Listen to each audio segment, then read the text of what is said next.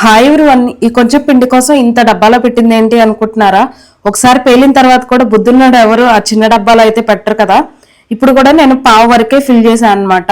అయినా కానీ చూడండి ఎంత పైన వరకు పొంగిందో. ఇదైతే 10 లీటర్స్ పెరుగు బకెట్ ఉంటుంది కదా, అదనమాట.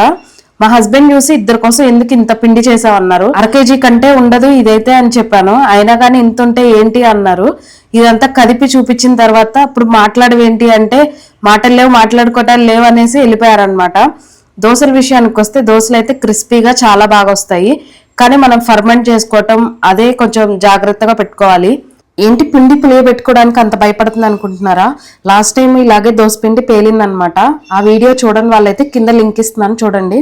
చాలా మంది అయితే జాగ్రత్తగా పెట్టుకోండి, పెద్ద గిన్నెలో పెట్టుకోండి అని చాలా కామెంట్స్ చేశారు. థ్యాంక్ యూ అందరికి. రైస్ లేకుండా చేసుకోవాలనుకున్న వాళ్ళకి ఈ దోశలు బెస్ట్. దీనిలోకి జొన్నలు, సజ్జలు, రాగులు, కొర్రలు, మెంతులు, సగ్గుబియ్యం, అటుకులు వేసి